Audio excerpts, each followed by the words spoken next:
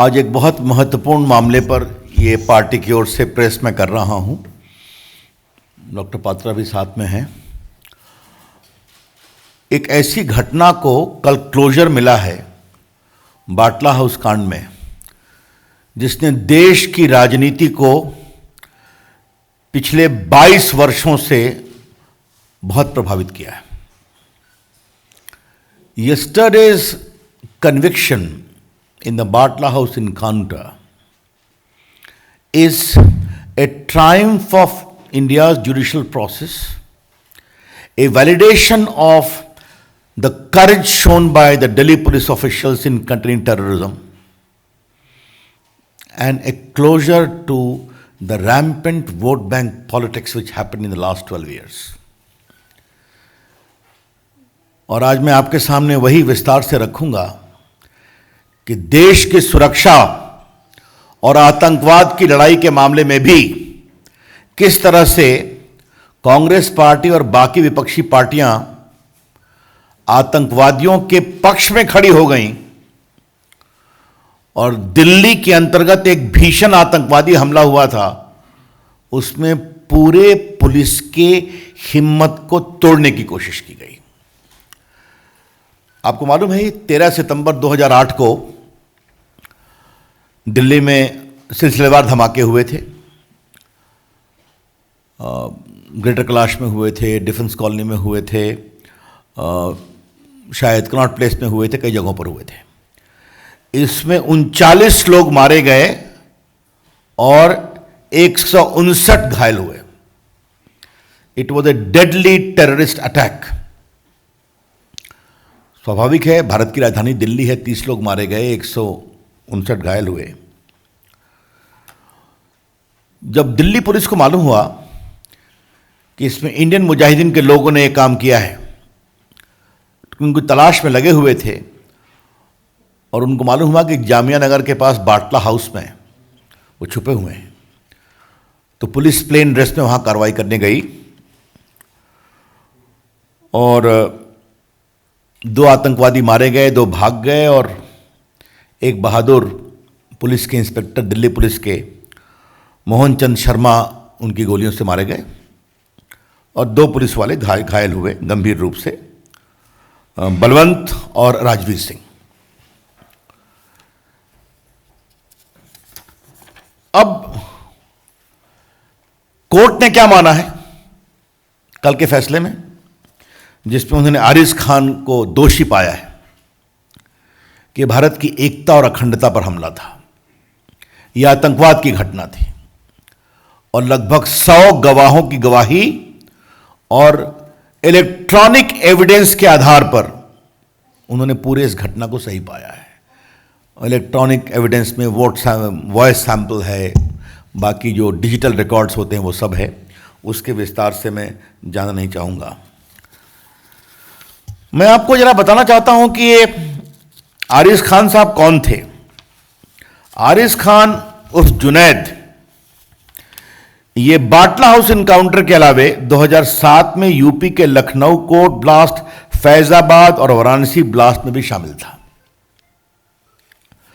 साल 2008 में दिल्ली, जयपुर, अहमदाबाद और यूपी की अदालतों में जो धमाके हुए थे, उसके मुख्य साजिशकर्ता का नाम आरिज था। इन सभी धमाकों में 165 लोगों की जानें गई और 535 लोग घायल हुए। In fact, I can very safely say that Ariz Khan was a serial terrorist and a killer. Delhi में 30 लोग और बाकी जगह 165 लोग और उसके इंडियन मुजाहिदीन संबंध थे। और आपको मुझे बताते हुए कभी पीड़ा होती है कि इसको 2018 में नेपाल से पकड़ा गया, तब ये ट्रायल हो सका। एक शाहजादा को पहले 2013 में ही सजा मिली थी और इसको पकड़ा तभी गया सघनता से जब नरेंद्र मोदी की सरकार आ गई। ये इंपॉर्टेंट जानना है। अब हम इसको एक विषय इसलिए कहना जरूरी है कि उस समय मैं राज्यसभा में विपक्ष का उपनेता था अपनी पार्टी का, अरुण जी थे, बाकी लोग थे। मतलब मुझे आपसे कहने में कोई शंका नहीं है कि दिल्ली पुलिस के कई लोगों ने हम लोगों से परोक्ष संपर्क किया कि हमें बचाइए, हमें ही हमलावर बताने की मुहिम चल पड़ी है। हम देश की सुरक्षा के लिए क्या करें? आपने सलमान खुर्शीद का वक्तव्य सुना होगा कि सोनिया गांधी को मालूम हुई इस हमले के बारे में और 2 लोग आतंकवादी मारे गए तो आंखों में आंसू उनके आए थे। ये पब्लिक स्टेटमेंट है, रिकॉर्ड पर है, आज कई अखबारों ने कहा है।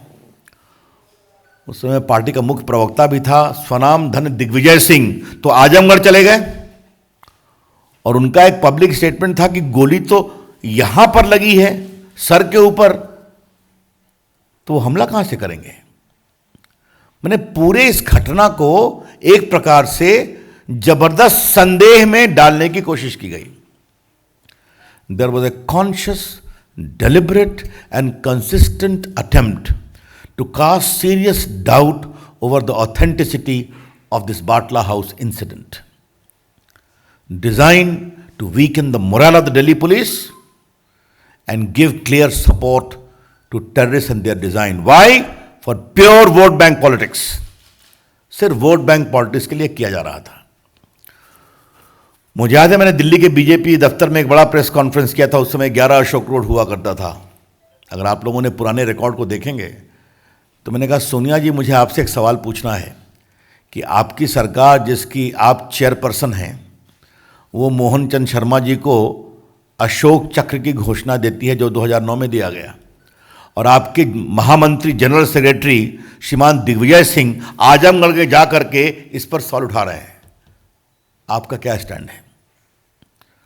और मैंने 2 दिन लगातार सोनिया जी से सवाल पूछा। वो इतनी एम्बैरेस्ड हुई कि शायद मजबूरी में, देश के दबाव में दिग्विजय सिंह को कुछ क्लैरिफिकेशन देना पड़ा। आपको मैं एक स्टेटमेंट और पढ़ाना चाहता हूं। ये तो बहुत ही जोरदार स्टेटमेंट है। अक्टूबर 17, 2008 या कहिए अक्टूबर 18 होगा। ये एक्सप्रेस न्यूज़ सर्विस की रिपोर्ट है। मैं इसको खाली 2 लाइन पढ़ूंगा और आप सुने। On Friday, Samajwadi leader Amar Singh and Trinamool Congress chief Mamata Banerjee shared a platform in Jamia Nagar demanding a judicial probe into Batla House encounter. That was a fake encounter, and if I am proved wrong, I will stop practicing politics. I demand a judicial inquiry, Mamata asserted amid cheers from the audience.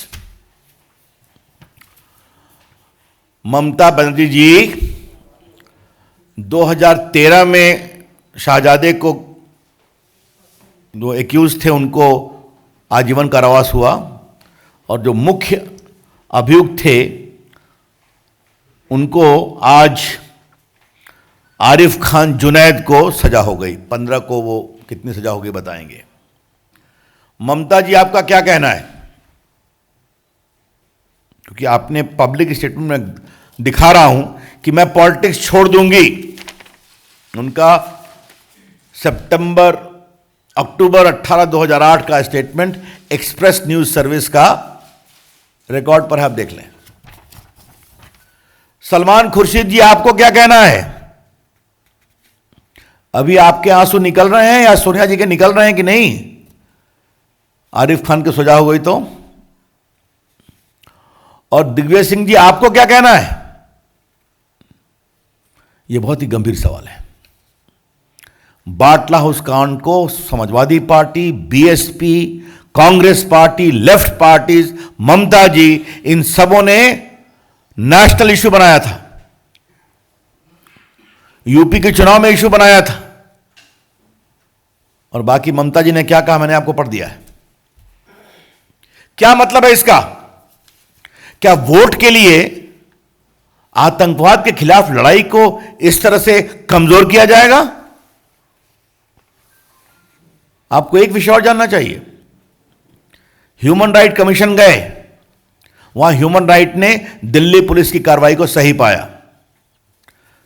फिर इन लोगों ने Delhi high court में challenge किया, Delhi high court ने भी सही पाया। फिर लोग सुप्रीम कोर्ट भी गए, सुप्रीम कोर्ट ने भी डिसमिस किया। क्या हो रहा था? एक ऐसा आतंकी जो अपने नेटवर्क से 165 लोगों की हत्या में शामिल है, दिल्ली में 30 लोग मारे गए, 100 से अधिक लोग घायल हुए, इसकी कोई इज्जत नहीं है क्या? ये हैं बड़े सवाल। इसलिए हाँ, अच्छा किया पात्रा जी ने, केजरीवाल जी भी शामिल थे इसमें, मैं भूल ही गया। उनकी आवाज़ तो सामान्यतः कभी कमज़ोर नहीं होती ऐसे मामलों में। उन्होंने भी डिमांड किया था कि फेक इनकाउंटर है, और ये सब वोट बैंक पॉलिटिक्स के लिए हो रहा था। आज जब देश की न्यायिक प्रक्रिया के द्वारा एक बहुत बड़े आतंकवादी को ये बड़ी सजा मिली है, 100 से अधिक गवाही के आधार पर, साइंटिफिक एविडेंस के आधार पर, मेडिकल एविडेंस के आधार पर, तो क्या ये पार्टियां माफी मांगेगी? हम डिमांड कर रहे हैं, ममता जी, आज आप एक मुख्यमंत्री हैं, 1-1.5 महीने में क्या होगा देश जानता है आपका। क्या आप माफी मांगेंगी? Sonia Gandhi ji, will you apologise? आपके पार्टी के नेताओं ने क्या क्या कैंपेन नहीं किया था कि आपके आंसू निकल गए थे? क्या आप माफी मांगेंगी? और बाकी चाहे वो सपा हो या बसपा हो, हम उनके बारे में भी कहना चाहेंगे। हाँ, केजरीवाल जी से ही पूछेंगे कि आपने भी कहा था, क्या देश के ऊपर आतंकवादी मामले में हम एक स्वर में नहीं बोल सकते? क्या यह सच्चाई नहीं है कि देश में आतंकवाद की जहरें बहुत गहरी हैं, सरहद के पार से हैं? मैं एक बात आज बहुत गंभीरता से पार्टी के फोरम से मांग कर रहा हूं, इन पूरे अभियान से दिल्ली पुलिस के हौसले में कितनी कमजोरी हुई आतंकवाद से निपटने में, इसकी जांच होनी चाहिए, और जांच होकर के देश के सामने बताना चाहिए। हमको मालूम है उस समय दिल्ली पुलिस कितनी घबराई हुई थी। ऐसा लगा कि दिल्ली पुलिस को एकदम मर्डर के रूप में दिखाने में, फेक इनकाउंटर के रूप में दिखाने में एक कैंपेन चल पड़ा था। हम जानते हैं उस समय हम लोगों ने सदन में उठाया था। The BJP demands today that a proper inquiry be made, that because of this sustained campaign by vested political interest purely for vote bank politics, what was the impact on the morale of Delhi police in the fight against terrorism? कि अगर Delhi police का एक बहादुर inspector Mohan Chand Sharma मारा जाए, जिसको अशोक चक्र मनमोहन सिंह और सोनिया जी की सरकार ने दिया, उनके नेता पूरी दिल्ली पुलिस के खिलाफ हाथ धोकर पड़ गए, इससे बड़े शर्म की बात कोई हो सकती है क्या? इसलिए आज हमें लगा कि जब निर्णय हो गया है कोर्ट का, तो हम ये डिमांड करेंगे कि ये इंक्वायरी होकर देश के सामने उसको बताया जाना चाहिए। और पीड़ा की बात यह है कि एनएचआरसी की inquiry report, Delhi high court का dismissal validating the encounter, supreme court के डिसमिसल के बाद भी यह कार्रवाई चलती रही आज तक। तो ये वोट बैंक क्या होता है, इसकी एक बहुत ही शर्मिंदगी भरा ये प्रकरण था। तो मुझे लगा कि अब लोग पूछते हैं कि आपके समय में उनमें अंतर क्या है? आतंकवादी घटना कभी भी हो गलत है, निर्दोष लोग मारे जाए कभी भी हो गलत है, लेकिन एक अंतर है, वहां मुंबई हुआ, दिल्ली हुआ, बाकी हुआ। हमारे यहां कोशिश होती है तो सेना को और पुलिस को छूट है और वो प्रिएम्प्टिव तरीके से कार्रवाई कर देते हैं। अब उसका डिटेल मुझे बताने की जरूरत नहीं है। और कभी सरहद पर खुराफात करते हैं तो उरी का जवाब भी होता है और बालाकोट भी होता है, ताकि उनके हौसले कमजोर होते हैं। यह है अंतर। People who ask questions as to what is the difference you have been able to make in the Narendra Modi government, the reply is very simple. Terrorism any day is something to be condemned about. The nation needs to speak in one voice. But the difference is, then Mumbai happened, Delhi happened. Today, if they try, the police is given freedom to undertake preemptive strike. And their conspiracy and their cells are contained. And if they do something, then Uri is the response and Balakot is the response to break their complete backbone. That is the basic difference. तो मित्रों, मुझे अपनी ओर से यही महत्वपूर्ण बातें कहनी थी और मैंने इसमें सारी बात फैक्चुअली कही है। कई चीज़ों को मैं स्वयं सदन में उठाता रहा हूं। तो आज कांग्रेस को जवाब देने का समय है। आज वोट बैंक की सियासत करने वालों के जवाब देने का समय है। आज उनके माफ़ी मांगने का समय है। और आज के दिन दिल्ली पुलिस को किसने कमज़ोर करने की कोशिश की, उनके हौसले को, उसकी जांच करके उस जांच की रिपोर्ट को देश के सामने लाने की ज़रूरत है। आज के दिन मैं शहीद मोहनचंद शर्मा के बलिदान पर उनको विनम्र प्रणाम करता हूँ, उनके पूरे परिवार के जज्बे को सलाम करता हूँ। और जिस दिल्ली पुलिस के जवानों ने बाटला हाउस में संघर्ष किया और बहुत बड़े आतंकवाद से देश को बचाने की कोशिश की, उनके साहस को भी अभिनंदन करता हूँ। धन्यवाद। Any questions now? धन्यवाद रवि जी। कोई प्रश्न प्राशर जी?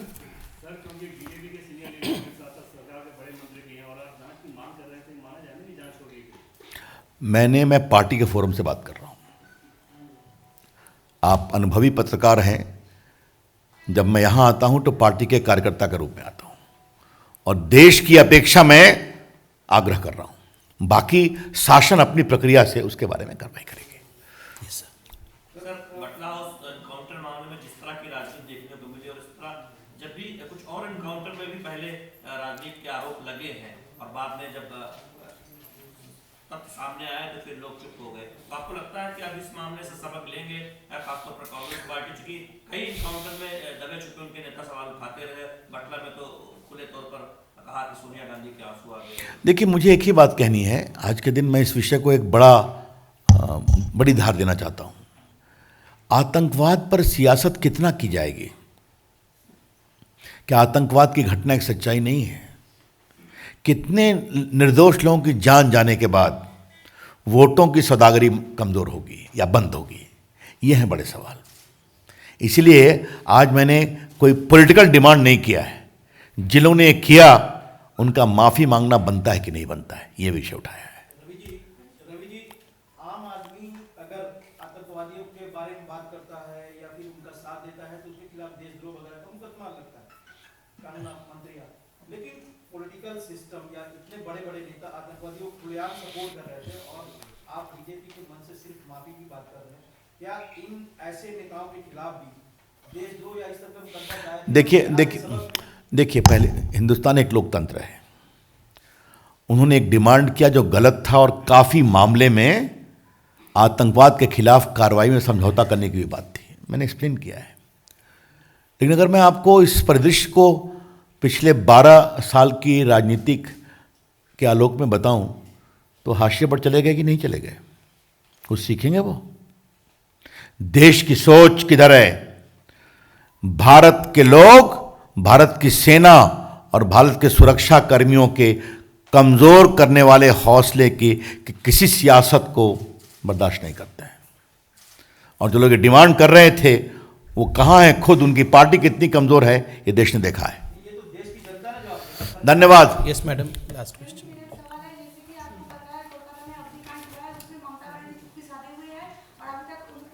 पार्टी के लोग वहाँ जवाब देंगे, वहाँ जरूर देंगे। ये आज का विषय एक दूसरा है।